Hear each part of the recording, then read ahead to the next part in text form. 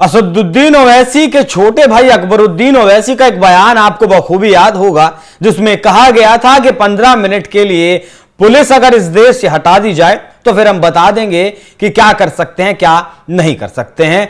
और इसी कड़ी में एक बयान अब फिर आया है। बयान है बीजेपी विधायक नीतीश राणे का, जिन्होंने कहा है कि 24 घंटे के लिए अगर पुलिस हटा दी गई इस देश से, 24 घंटे के लिए अगर पुलिस हटा दी जाए तो फिर हिंदू अपनी ताकत दिखा देगा, वो बता देगा कि हिंदू आखिर कर क्या सकता है। वारिस पठान ने इस बयान पर प्रतिक्रिया दी है और जिस लहजे में वारिस पठान ने प्रतिक्रिया दी है उसमें हिंदुओं को शायद कुत्ता बताने की कोशिश की है और मुसलमानों को शेर बताने की कोशिश की है। एक बार सुनिए पहले वारिस पठान को। इस बार आज नीतीश राणे ने सांगली के अंदर कहा कि 24 घंटे के अंदर पुलिस को हटा दो, कौन बड़ा है हम बता देंगे, उस पर आपका क्या कहना है?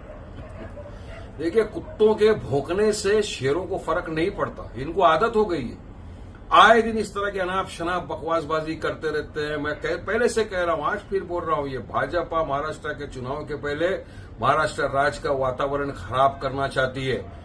ये दंगा फसाद चाहती है, ये चाहती है किसी भी तरह से सांप्रदायिक तनाव पैदा करे, क्योंकि इनको पता है डेवलपमेंट विकास के नाम पे टोटल फेल हो चुके हैं। इसलिए आए दिन इस जैसे लोगों को भेजते। पहले भी रामगिरी ने हमारे हुजूर मोहम्मद मुस्तफा सल्लल्लाहु अलैहि वसल्लम की शान में गुस्ताखी की, हमने एफआईआर किया, एहतजाज किया, लेकिन आज तक उसको अरेस्ट नहीं करते। यहां तक कि महाराष्ट्र के मुख्यमंत्री शिंदे जी कहते हैं कि इसका बाल बाका नहीं होने देंगे। अरे दिलों को ठेस पहुंचाइए दुनिया भर के मुसलमानों को, आप उसका कुछ नहीं करते। यही राणे पिछली बार भी कहा था, मुसलमानों को मस्जिद में घुस घुस के मारेंगे, चुन चुन के मारेंगे। आजा बेटा, बैठे आजा, मस्जिद में आएगा, 2 टांग पे जाएगा तो स्ट्रेचर पे ही तू। डरते नहीं है, हम चुड़िया पहन के नहीं बैठे, हम तुम कायदे कानून का पालन करते हैं, इसके लिए खामोश बैठे। और हमारी खामोशी का इतना इम्तिहान मत लो। मुसलमान कायदे को मान रहा है इसलिए खामोश है, डरता किसी के बाप से भी नहीं है।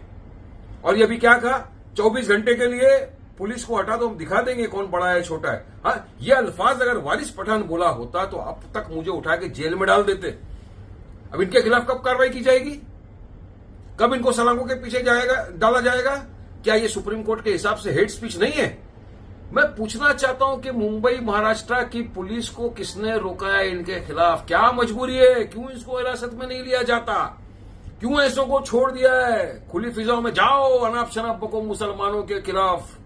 तो ये चाहते हैं कि महाराष्ट्र का वातावरण बिगड़े इस तरह, इसलिए बीजेपी इस तरह की ऊंची हरकत पे उतर आई है। हम चाहेंगे कि महाराष्ट्र की डीजीपी, चीफ मिनिस्टर संज्ञान ले इस बात का और फौरी तौर से इसके ऊपर कार्रवाई करो, इसको उठा के जेल में डालो, वरना पूरी तरह से महाराष्ट्र के अंदर हिंसा फैलाने की काम कर रहे हैं ये लोग। क्या करेगा 24 घंटे के अंदर? पुलिस को हटा के सबको मार डालेंगे? आओ मार डालो। हाँ, क्या समझते तुम हम लोगों को? ये बंद करो बकवासबाजी तुम्हारी। सरकार का मैं बोलना चाहता हूं आपके माध्यम से, फौरन इसको हिरासत में लो और इस तरह की बयानबाजी को सरकार बंद करे, ये हमारा बोलना है। वैसे तो इस तरीके की बयानबाजी इस देश में नहीं की जानी चाहिए।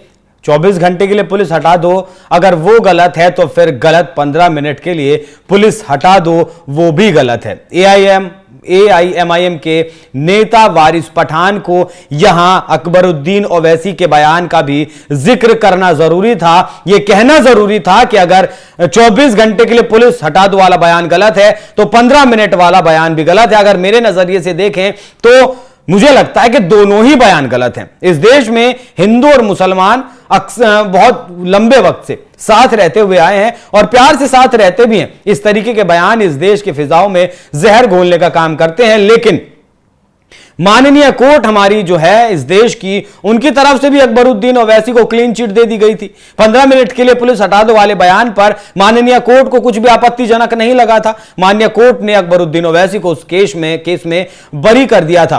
और अब वारिस पठान 24 घंटे वाले बयान पर नीतीश राणे के खिलाफ एफआईआर दर्ज करने की मांग कर रहे हैं। अगर कानूनी रूप से नीतीश राणे के ऊपर एफआईआर होती है, नीतीश राणे ने यह कोई अपराध किया है तो बिल्कुल होनी चाहिए। भले ही वो बीजेपी के विधायक हैं, उनकी राज्य में सरकार है, उनकी केंद्र में सरकार है, लेकिन अगर कानून इस तरीके से कहता है तो उनके ऊपर एफआईआर भी होनी चाहिए, सजा भी होनी चाहिए। लेकिन ऐसी सेलेक्टिव राजनीति वारिस पठान को भी नहीं करनी चाहिए। यह वारिस पठान को उस बयान का, जिसमें 15 मिनट के लिए पुलिस हटाने की बात कही गई थी, उस बयान का भी जिक्र किया जाना जरूरी था। तौकीर रजा उत्तर प्रदेश के एक बड़े मौलाना माने जाते हैं, कांग्रेस पार्टी से जुड़े हुए हैं, उनका भी कई बार इस तरीके का वक्तव्य आ चुका है कि मुसलमानों का जो युवा है वो इस वक्त शांत बैठा है। तो मौलाना तौकीर रजा से भी मेरा सवाल है, अगर वो जाग गया तब क्या होगा? कुछ नहीं होगा। इस तरीके से देश के फिजाओं में जहर घोलने का काम बंद करिए।